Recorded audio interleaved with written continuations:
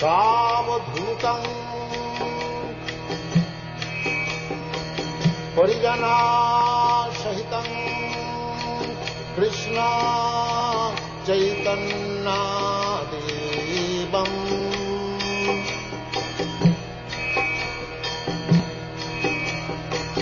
श्री राधा कृष्ण पदान् साधन ललिता श्री विशाखान्वितांश्च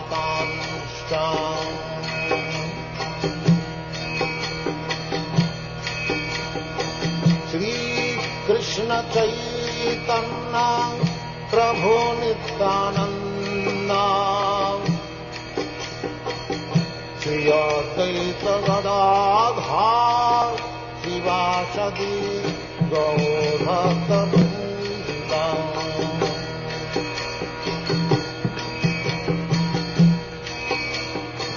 श्री कृष्ण चैतन्य प्रभु नित्यानंद श्री अद्वैत गदाधर शिवासदि गौरभक्तवृन्द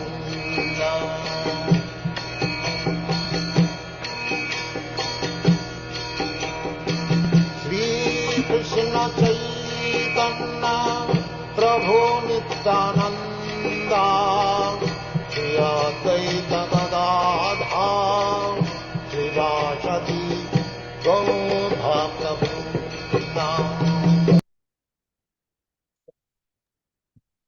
हरे कृष्ण सुवर्ण गौर प्रभु जी, दंडवत प्रणाम। दंडवत प्रणाम प्रभु। हरे Krishna.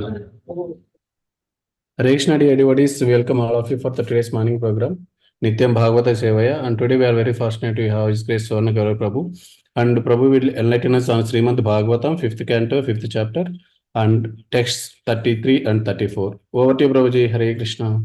Hare Krishna.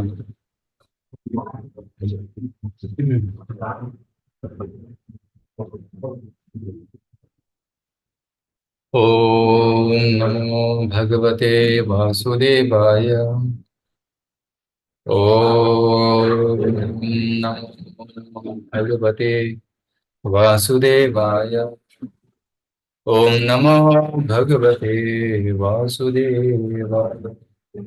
Narayanam Namaskritya Naram Chaiva Narottamam Devim Saraswatim Vyasam Tato Jayamudire Nashtaprayesha Bhadreshu Nityam Bhagavata Sevaya Bhagavati Uttama Shloke Bhagavati Naishtiki Krishnaya Vasudevaya Devaki Nandanaya Cha Nandalokumaraya Govindaya Namo Namaha.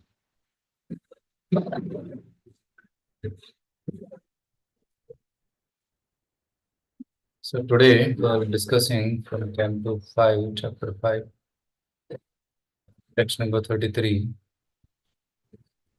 So this chapter is entitled Lord Rishabhdeva's Teachings. So the section which we are reading now is actually Rishabhdeva has given his teachings to his sons. So very beautiful teachings. And after giving the teachings, then Rishabhdeva retires. And he accepts the form of a Avadhuta, and then he's wandering in the world as an Avadhuta. So let's see what is happening. A couple of verses have been already covered. So today you'll see verse number 33 and 34. Tasyahaya Purisha Surabhi Saugandhyavayustam Desham Dashayojanam Samantat Surabhim Chakara. Because Lord Rishabhdeva remained in that condition, the public did not disturb him, but no bad aroma emanated from his stool and urine. Quite the contrary, his stool and urine were so aromatic that they filled 80 miles of the countryside with a pleasant fragrance. From this, we can certainly assume that Lord Rishabhdeva was transcendentally blissful. His stool and urine were so completely different from material stool and urine that they were aromatic. Even in the material world, cow dung is accepted as purified and antiseptic. A person can keep stacks of cow dung in one place and it will not create a bad odor to disturb anyone. We can take it for granted that in the spiritual world, stool and urine are also pleasantly scented. Indeed, the entire atmosphere became very pleasant due to the Lord Rishabhdeva's stool and urine. The next verse. एवं गो मृगकाकचर्यया व्रजं तिष्ठन् आसीनः शयानः काकं मृग गोचरितः पिबति खादति अवमेहति स्म.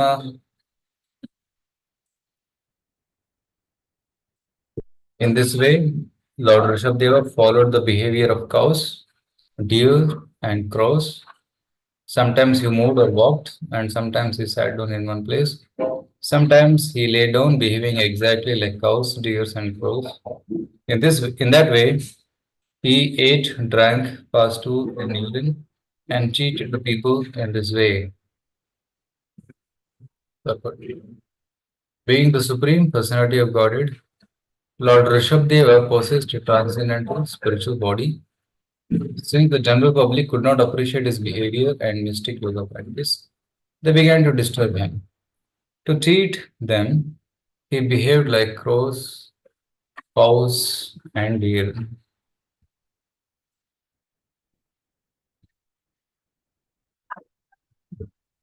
ॐ ज्ञानतिमिरन्धस्य ज्ञानाञ्जनशलाकया चक्षुरुन्मीलितं येन तस्मै श्रीगुरवे नमः.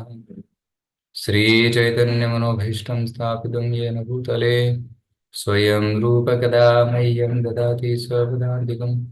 वन्देऽहं श्रीगुरो श्रीयुतापदकमलं श्रीगुरून् वैष्णवांश्च श्रीरूपं साग्रजगन्नाथं साद्वैतं सावधूतं परिजनसहितं कृष्णचैतन्यदेवं श्रीराधाकृष्णपादान् सह गणललिता श्रीविशाखान्वितांश्च. नमो ॐ विष्णुपादाय कृष्णप्रेष्ठाय भूतले श्रीमते भक्तिवेदान्तस्वामिनिति नामिने. नमस्ते सारस्वते देवे गौरवाणी प्रचारिणे निर्विशेषशून्यवादि पाश्चात्यदेशतारिणे. नमो महावदन्याय कृष्णप्रेमपदायते कृष्णाय कृष्णचैतन्यनाम्ने गौरत्विषे नमः. हे कृष्ण करुणा सिन्धु दीनबन्धो जगत्पते गोपेश गोपिकान्त राधाकान्त नमोऽस्तुते. तप्तकाञ्चन गौराङ्गी राधे वृन्दावनेश्वरी वृषभानुसुते देवी प्रणमामि हरिप्रिये. वाञ्छाकल्पतरुभ्यश्च कृपा सिन्धुभ्येव च पतितानां पावनेभ्यो वैष्णवेभ्यो नमो नमः. जय श्री कृष्ण चैतन्य प्रभु नित्यानंद श्री अद्वैत गदाधर श्रीवासादि गौर भक्तवृंद. हरे कृष्ण कृष्ण कृष्ण हरे हरे, हरे राम राम राम हरे हरे. मुखं करोति वाचालं पुंगं लङ्घयति गिरिमित्पादमहं वन्दे श्रीगुरो दीनतारणं परमानन्दमाधवं श्रीचैतन्येश्वरं. Hare Krishna. So, welcome all the devotees for morning Srimad Bhagavatam class. So today I'm getting this chance to speak on Bhagavatam. So I request the blessings of all the Vaishnavas so that I can speak in glorification of Krishna and for the purpose of purification of our heart and for the pleasure of devotees.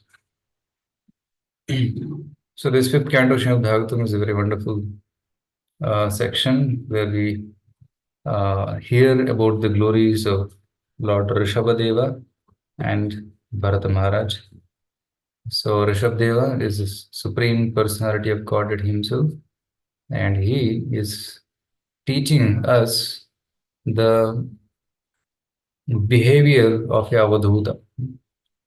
Right? Sometimes we hear the name Avadhuta often.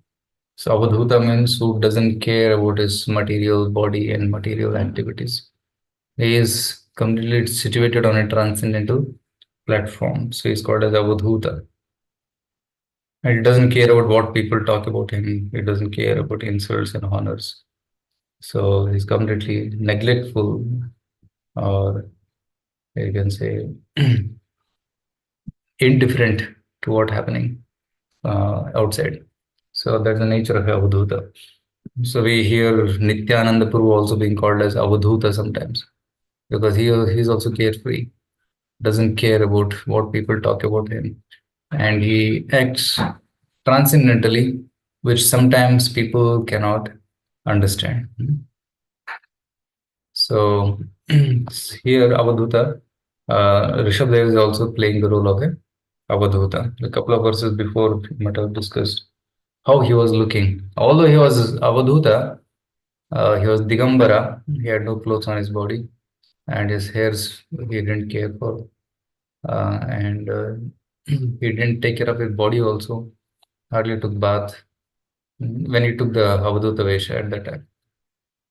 But still, he was so attractive.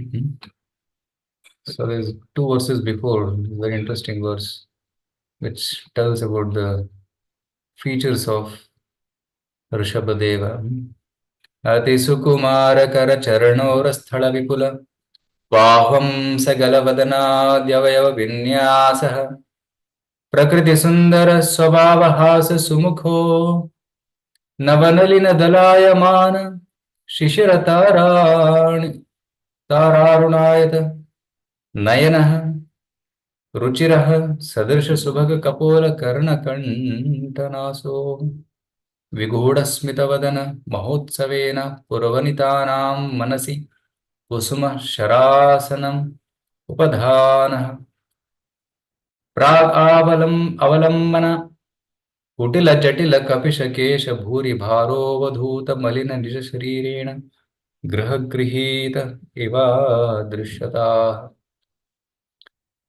That's a very beautiful verse describing the beauty of Rishabhadeva. How people who saw him got very much attracted by his eyes, his bodily features, his shoulder, his neck, and his smile.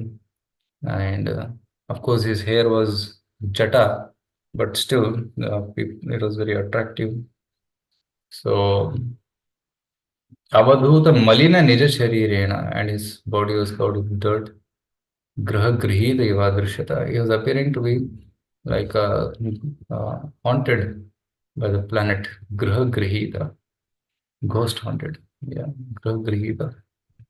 So, he was very attractive at the same time. He was looking like ghost haunted. So, there's the contrast shown in this verse. And if, yeah, and he was following the Ajagara Vritti. Ajagara Vritti is mentioned in the previous verse. That he did not, yeah, Ajagara Mastitaha Shayana Evarshanati Pibati Khagati Avamehati Adati Sma Cheshtamana Ucharita Adi Dhut Uddesha. So he was eating, sleeping, drinking, evacuating, urinating in one place only. And he did not bother to go here and there. So this is the nature of a person practicing Ajagara Vritti. So Ajagara means actually a snake, and he stays in one place and just whatever comes, he will accept. That's called Ajagara Vritti. So that requires very high dependence on the Supreme Lord, faith in the Supreme Lord's protection. Otherwise, we'll not be able to practice that. And you see the human society, we travel so much for earning money. Why? Because we think if I go there, I'll get more profit. If I jump to this job, I'll get more profit or more money. So we keep on switching jobs and then getting more money. Or some people want to go to America because they think, okay, I'll get very high package. I can earn 2 crores per year on and come back. So people travel for the sake of earning money. That's the main thing. And some people travel for the sake of enjoyment, entertainment. They go on tours. But a person who follows Ajagara Vritti, he doesn't have this hankering to go here and there and see the world, experience the world, earn money. No, he doesn't have that. hankering. Why? Because he's not in this world. He is not attracted to this world. No. Although his body, physical body is in this world, but his soul, Atma, is always on the spiritual platform. So that platform is called as Brahma Bhuta Prasannatma, Na Shochati Na Kankshati. Yes. So Brahma Bhuta Prasannatma means he is on the spiritual platform beyond the bodily coverings. There are five different layers by which we are covered. Our real identity is covered. So a person identifies with one of these coverings, right? Annamaya, Anna, Prana, Mana, and Buddhi, and finally Atma. So people generally identify themselves with one of these five coverings, then they forget the real identity that I am Atma. So those who are on this stage of Brahma Bhuta platform, so they have no hankering, na shochati, na kankshati. Samasarveshu bhuteshu madbhakti lavati abra. So because they don't have any hankering and they don't have any lamentation of losing something. Hankering means I want something. Lamentation comes when we lose something. So if they lose something, they are unaffected by it. And if they gain something, they are not excited by it. In this way, they are on Brahma Bhuta platform. And that is the platform where we can make very quick spiritual advancement in Krishna consciousness. So those who do not have this Brahma Bhuta stage, they struggle hard to earn bread and butter to maintain themselves. Although knowing that Krishna is providing everything, right? By little bit endeavor, we can get whatever is required.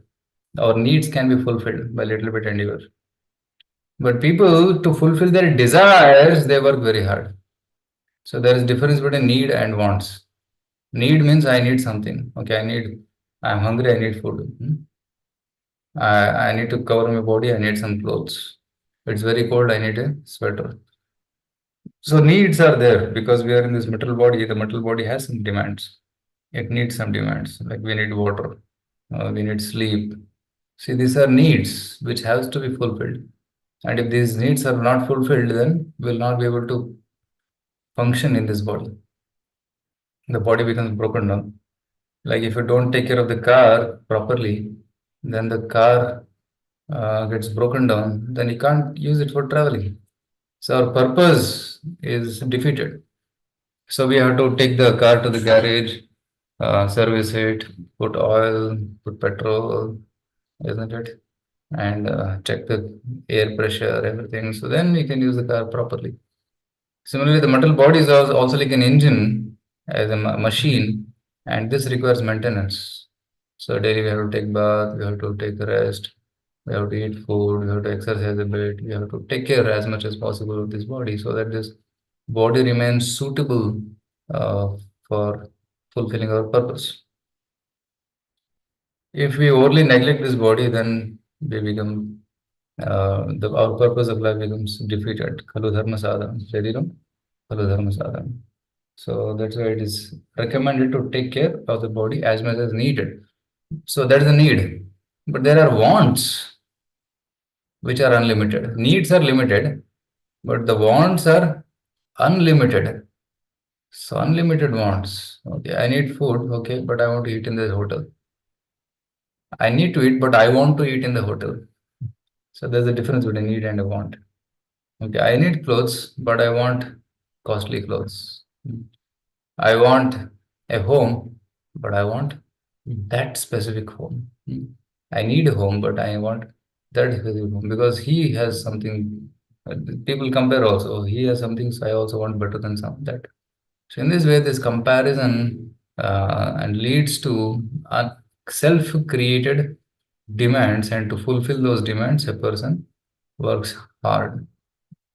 So, but here Avadutas, they are teaching us, no, we don't have to, right? So even advanced devotees like Jadabharata is also teaching us. Later on it will come that he did not do any endeavor to maintain his body. Body was being maintained by Krishna. In seventh canto also there is a story of another Brahmana, right? He was there in the forest.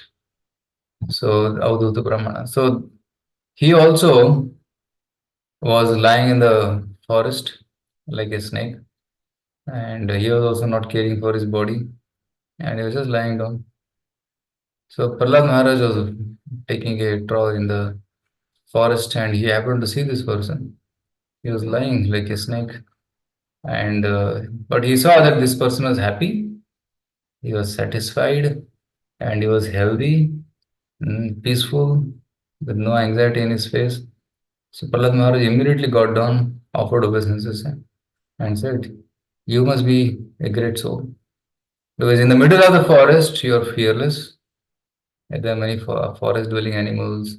There are leopards and lions and cheetahs, and there are snakes. You are completely fearless. You are also not endeavoring for earning money and food, but still you are healthy. It means that Krishna is only maintaining you." So Prahlad Maharaj becomes very impressed by him. He gets down and he asks many questions to Avadhuta Brahmana, and that was answered there in the seventh canto. At the last, I think one of the chapters in the last it comes.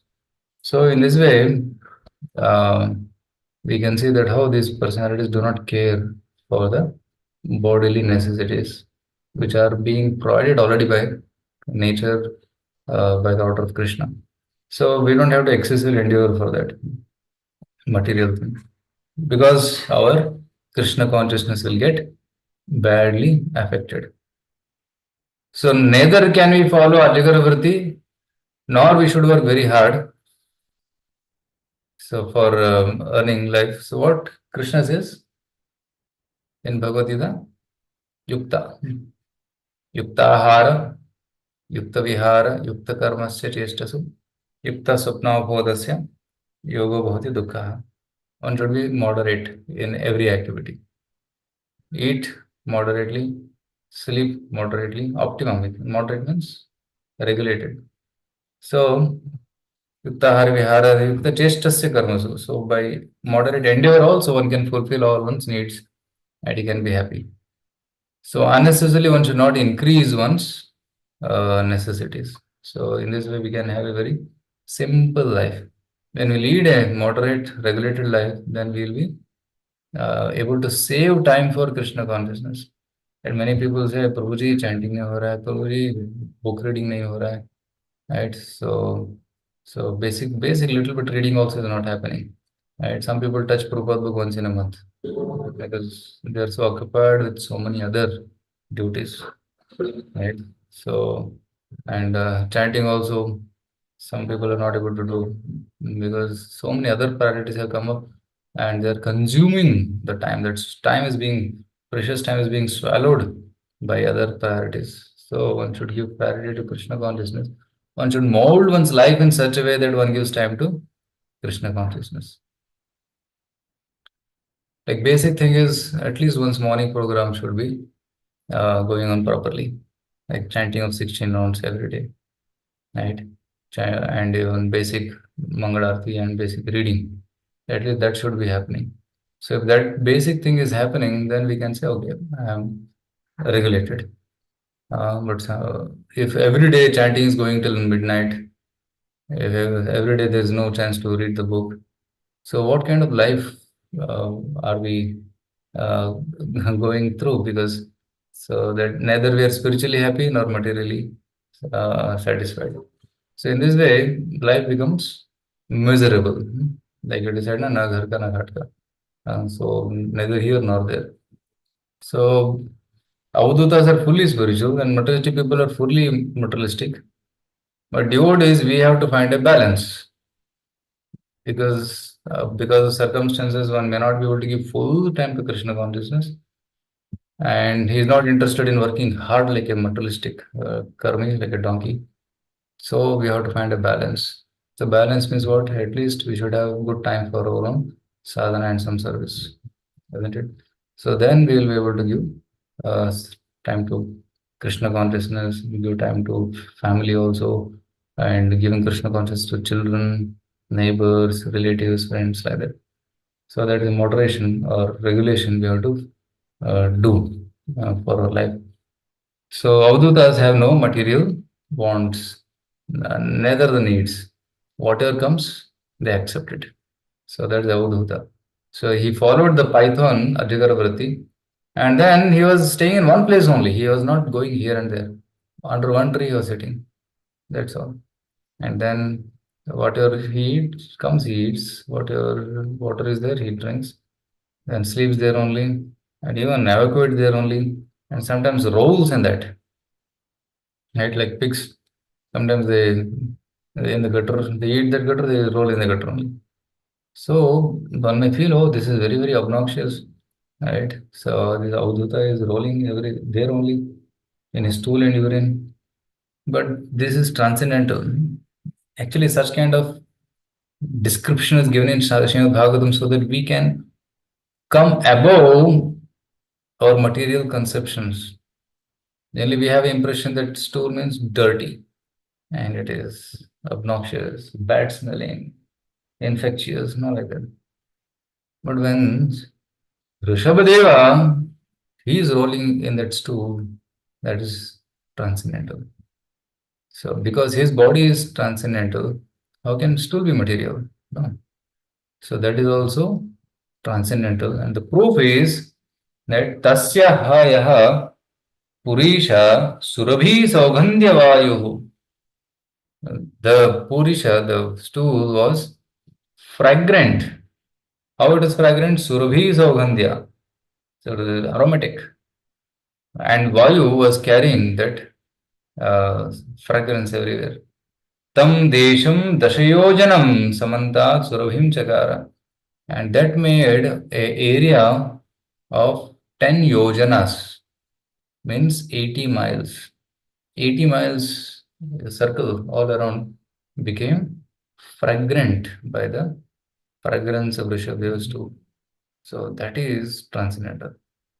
So Srimad Bhagavatam here is telling us, don't be in the material conception of life. Come above that. So our stool is dirty. Right? Nobody likes to stay in the toilet.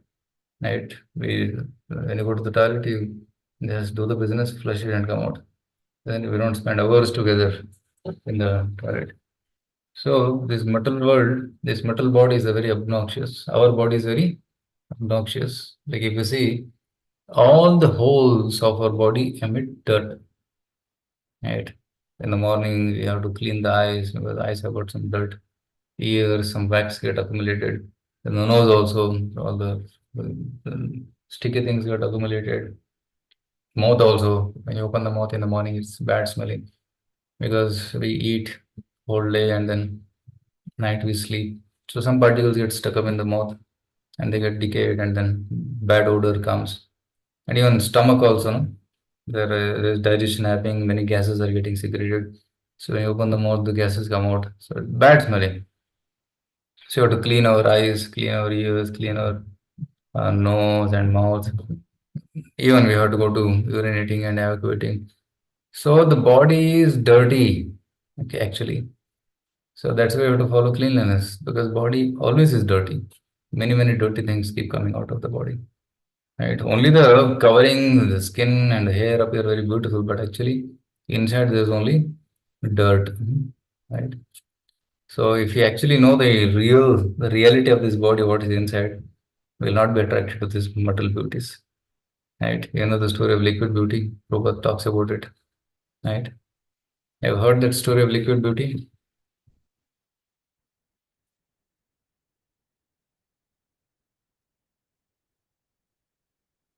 There's a short clip which we use generally, one of our sessions.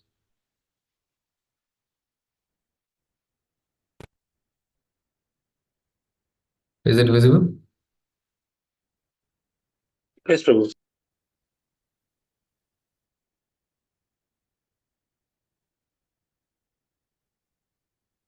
I wish to narrate one short story that one man, one boy, was attracted by a beautiful girl. So the girl does not agree and the boy is persistent.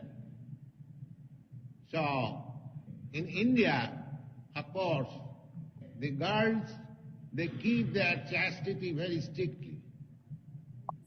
So the girl was not agreeing, so she said, all right, I agree, after 1 week you come. She appointed such and such time you come. So the boy was very glad. And the girl took some purgatory throughout the 7 days, and she was passing stool day and night and vomiting, and she kept all these vomits and stool in a nice pot. So when the appointed time came, the boy came and the girl was sitting on the door. The boy inquired, where is that girl? She said, I am that girl. No, you are not. You are so ugly. She was so beautiful. You are not that girl. No, I am that girl. But I have now separated my beauty in a different pot. What is that? She saw, this is the beauty, this stool and vomit. This is the ingredient. Actually, anyone may be very robust or very beautiful. If he passes stool for 3 or 4 times, everything changes. So this is the story of liquid beauty, which Prabhu was talking about. So the body is very dirty actually inside, and the mortal beauty is quite very shallow. It's skin deep. And if you just remove a little bit skin on the body, 1 millimeter skin, the reality of the body is exposed. Inside also the body, inside also there is only blood, mucus, stool, right? So that's what says Kafavata Pitta, only this Yasyatma Buddhi Kunape Tri Dhatuke. This body is a bag made of 3 dhatus. So we are more attracted to this bag than the soul. So material conception of life means one is more attracted to the bag than the content. So this bag is very dirty, but the content inside is very nice. That is Atma. So the spiritualist, he tries to see the Atma.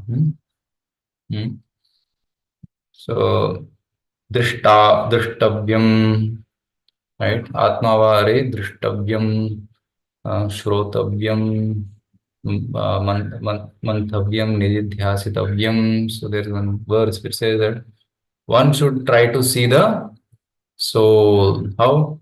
By hearing, shrotavyam, manthavyam, nididhyasitavyam. By hearing, meditating, and realizing. One should try to see the soul. So just hearing is not enough. After hearing, one should think about it. Who am I? Oh, and this body is so temporary.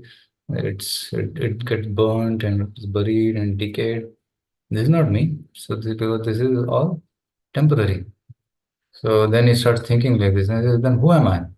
Oh, I'm not this body. I am the spirit soul. Then he starts meditating on this concept for a long time. Then he gets the realization of this. Right? Of course, another way of getting realization is chanting the holy name and so reading Gita, Bhagavatam, and hearing from the great acharyas. But along with hearing, one should also practice japa, one should do sadhana, service. Then one gets this realization that I am not this body, I am spirit soul. So one should see the soul inside and not the body. And in case of Rishabdeva, there is no difference between his body and the soul. Both are same. I am the soul, I have a body. But in case of the Lord and his body are one. There is no difference. So Satchidananda Vigraha. In fact, there is no difference between his body and his stool. It's transcendental.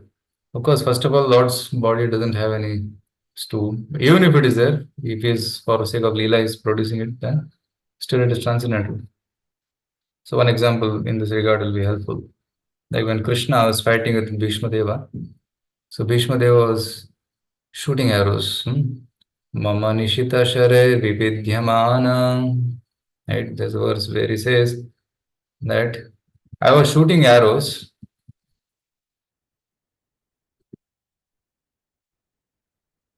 Yeah.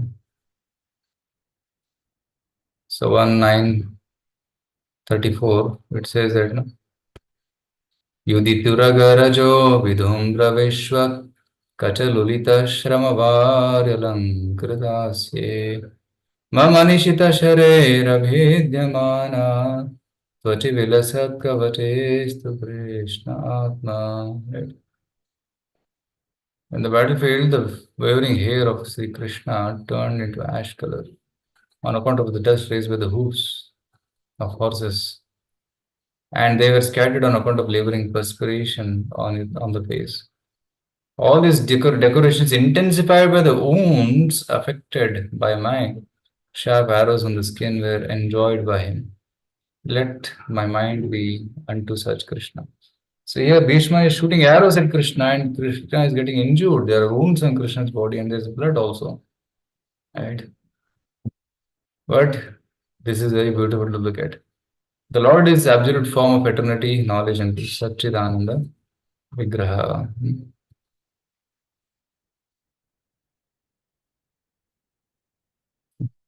It appears that Bhishma Deva is repenting his actions which he has done on the person of the Lord. But factually, the Lord's body was not at all pained due to his transcendental existence.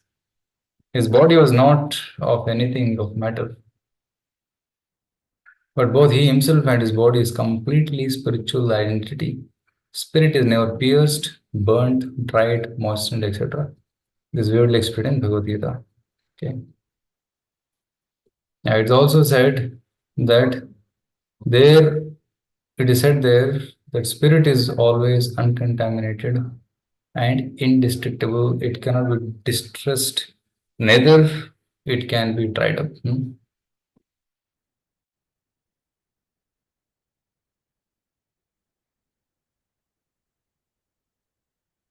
Therefore, Bhishmadeva's piercing of the body of Lord Krishna is a sort of bewildering problem for the non-devotee atheist.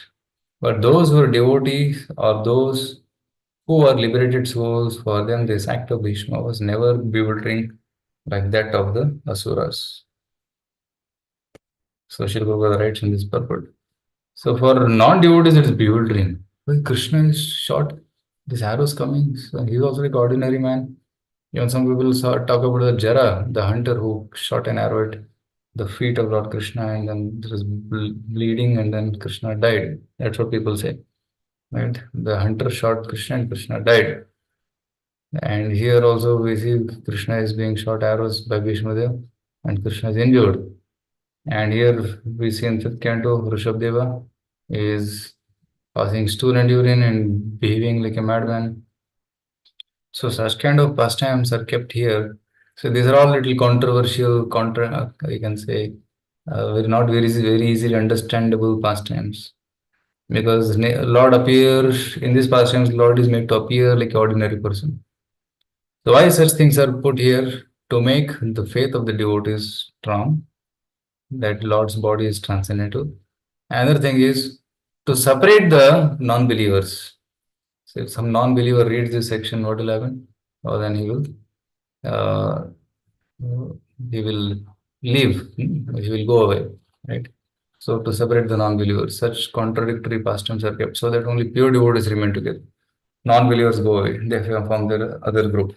So those who are believers with firm faith, the devotees, they stay together, and non-believers are separated. So, and also to understand the transcendental nature of the Lord, such contradictory pastimes, contradictions are kept in Srimad Bhagavatam. So, yeah. The Srila Prabhupada says here in the purport that they were Rishabhdeva's body was transcendental. And Prabhupada gives one example from the Mattal example, that is, even cowdung is also transcendental in the sense that it is pure. Cowdung also will not give any disturbance, bad fragrance, right?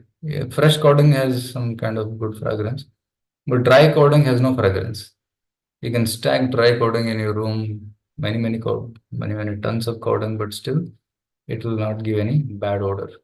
In fact, it is antiseptic. When you burn cowdung, it emits certain gases which purify the atmosphere, right? It is said that doing yajnas, agnihotras, so cow dung, you put ghee on it and you burn it. Then what happens?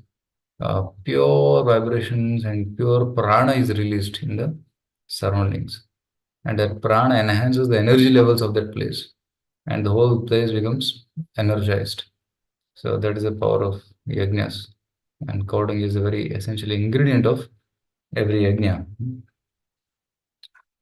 So when Prabhu says, indeed, the entire atmosphere became very pleasant due to Rishabh's stool and urine.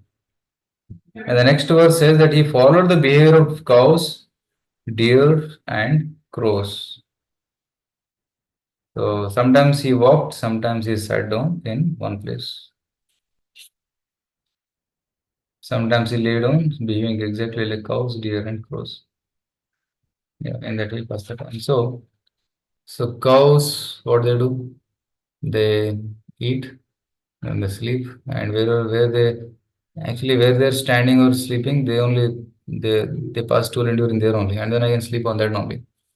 And that's the behavior of cows. We see that they don't mind cow dung around; they sit in that place only. So like that, Rishabh also sat in the same place. And the crows, their behavior is they go collect some food and come back like that. So sometimes he'll go walk, then come back and sit in one place, right? So in this way, he started following the behavior of these animals.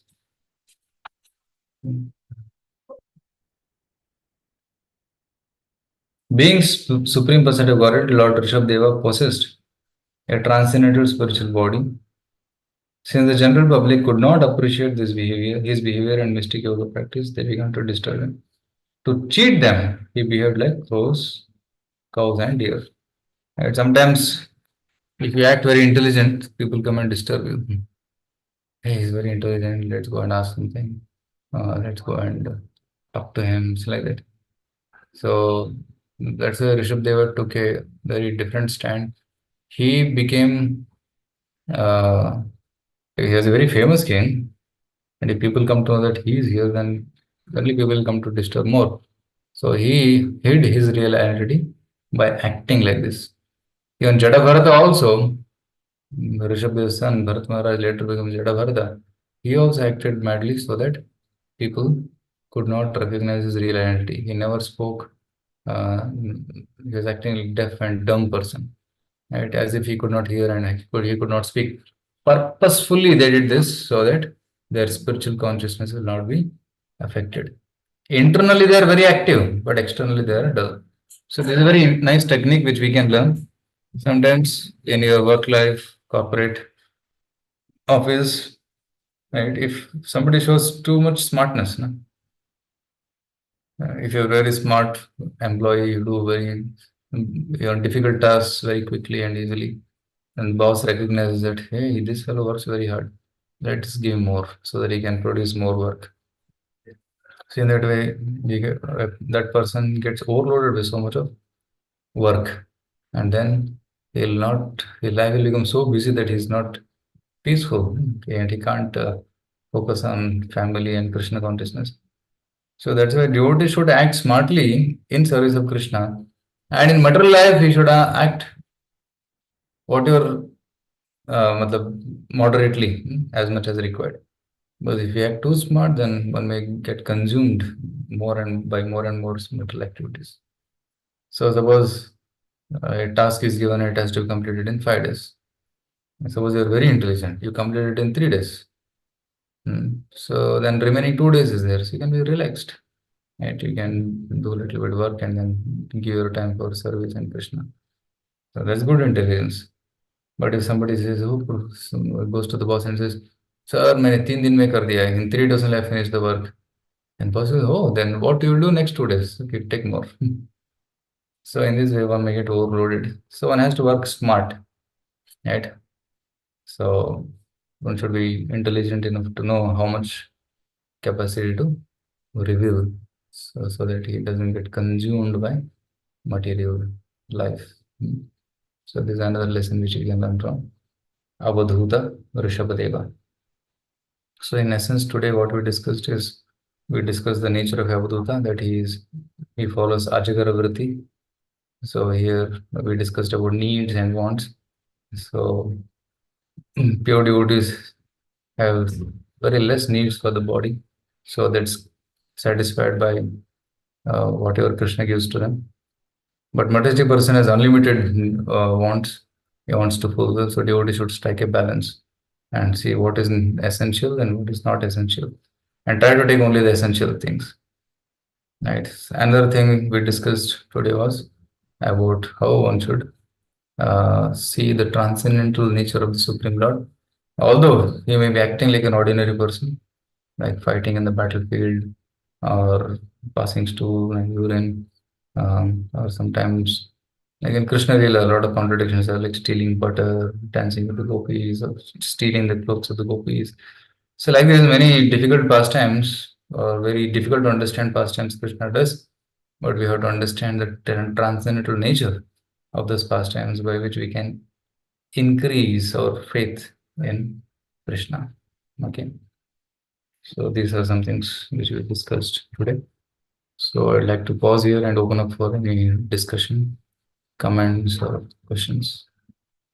Hare Krishna, Guruji, thank you so much for a very wonderful class with a lot of lessons, like how you mentioned about Ajagarvati, how we are like these days people are traveling so far just for earning some money, but Ajagarvati is just the opposite.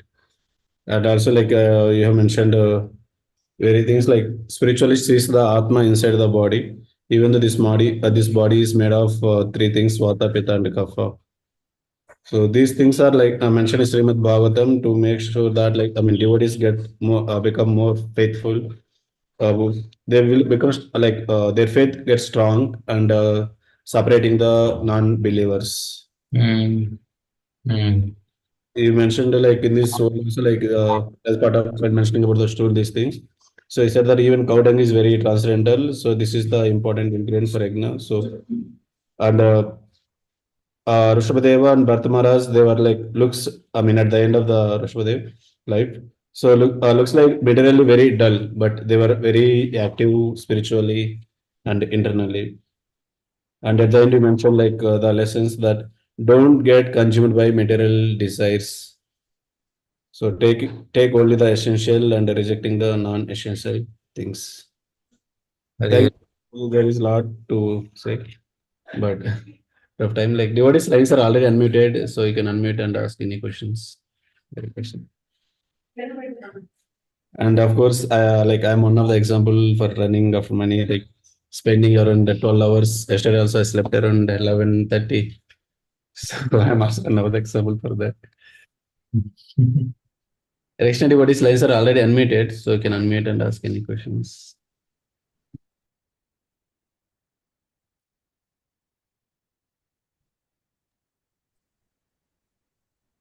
Hare Krishna Prabhu Dandavat Pranam. It was a wonderful class. Thank you so much. So many examples and so many information you are given. It was so nice to hear that a bhakta is always chatura. So he can utilize his time for his devotional work. So how we have to utilize, how we should behave externally or materially, and how we have to use our time properly to serve the Lord and his devotees. This point I really liked it, Prabhu. Thank you so much. Hare Krishna. Thank you. But Prabhu, my question is, even though we hear so much, we would like to apply in our life, but most of the times, I'm talking about me, Prabhu, most of the time I don't use my that precious time for Krishna consciousness.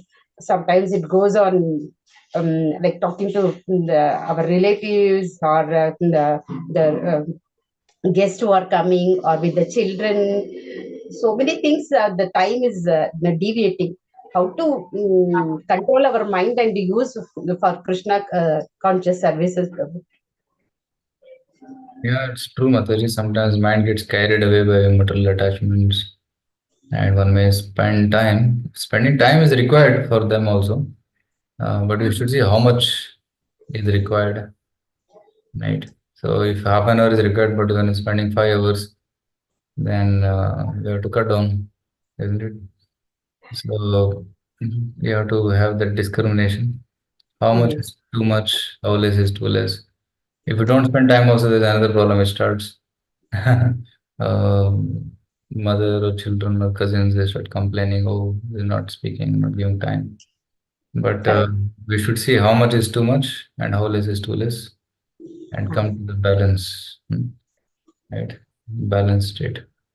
Thank you, Prabhu. Please, I Right. request all the devotees' prayers so that from here onwards, at least I should be able to use my time properly. I know I'm so insignificant, but even then, try to serve the Lord up to our capacity. Hare Krishna. Thank you. Hare Krishna.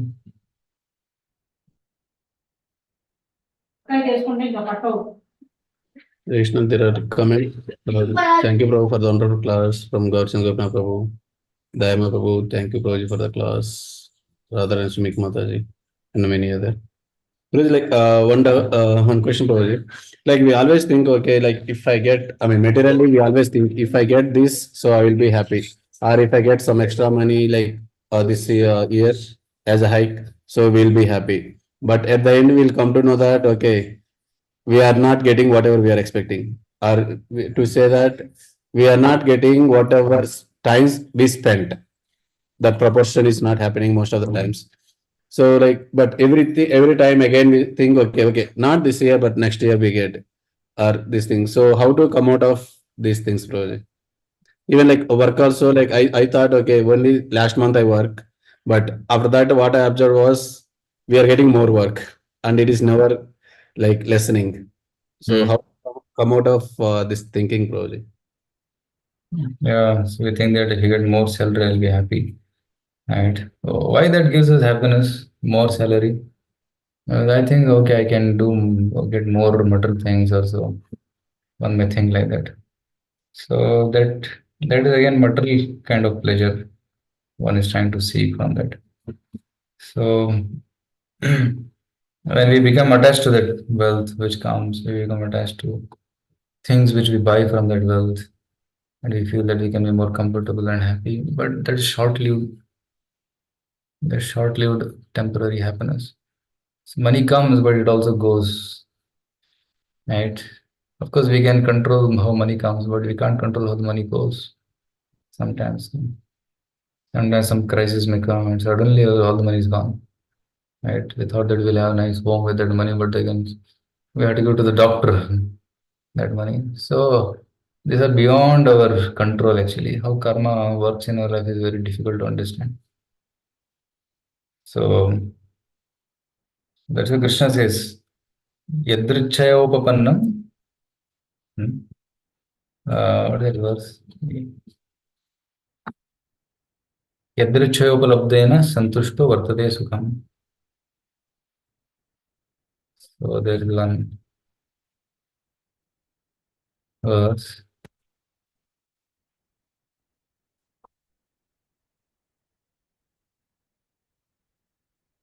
यदृच्छयोपपन्नेन सन्तुष्टो वर्तते सुखम् नासन्तुष्टस्त्रिभिः लोकैरजितात्मोपसादितया अजितात्मोपसादितैः यदृच्छयोपपन्नेन whatever comes on its own accord by our destiny, previous life destiny.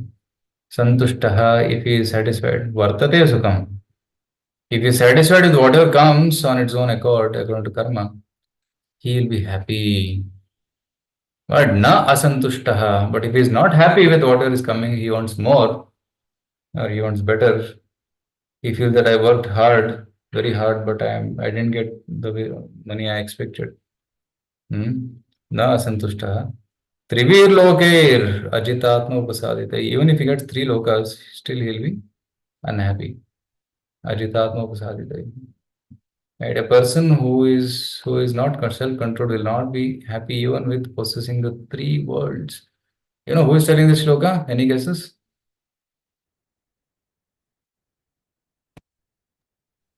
This was Vaman Dev.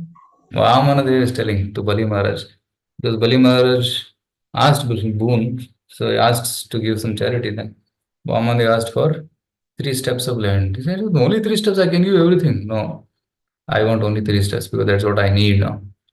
So in this way, Vamanadev said, That even if I have three worlds, if I'm not, if my senses are not controlled, then I'll still be unhappy. Like Hiranyakashipu, he had control over entire world, but still he was unhappy because Ajit Atma, Ajitendriya. In seventh canto, it is said. Right here, Vamanadeva says this verse, and then seventh canto, our Hiranyakashipu is described as Ajitendriya.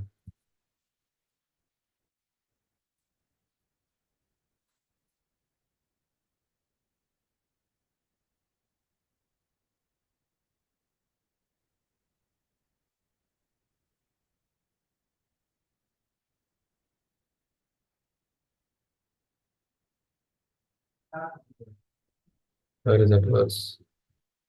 It is said that he was not happy because he had not yet controlled the senses.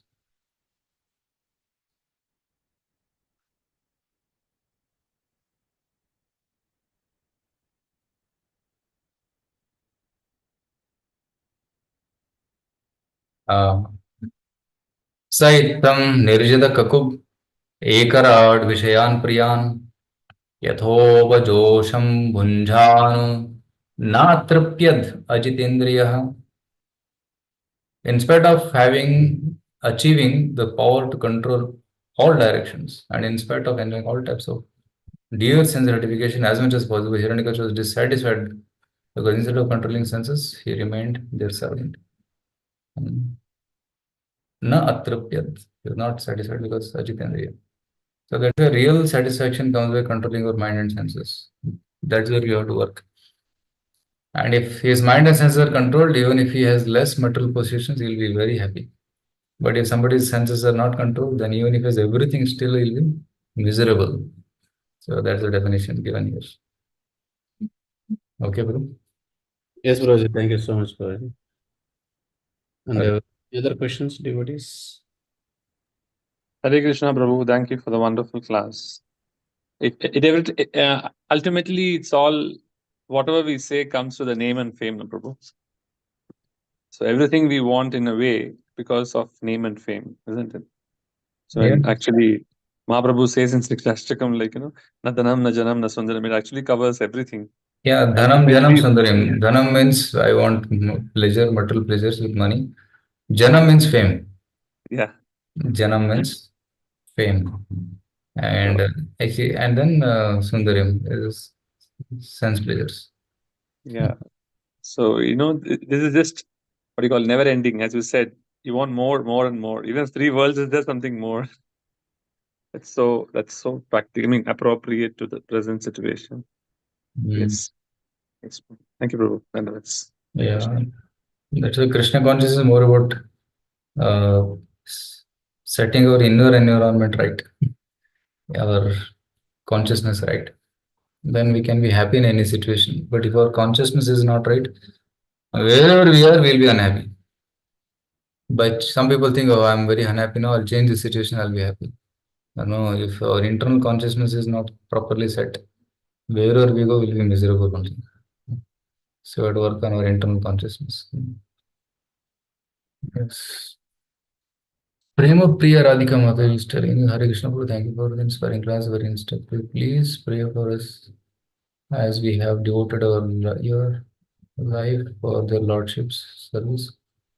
Hope we may also be able to do the service to their lordships, but now due to entanglement in family life, not able to commit that much time for service through desire. Though desire is yeah. So yeah, that's true. Desires to serve are there, but we may not have the capacity or facility right now.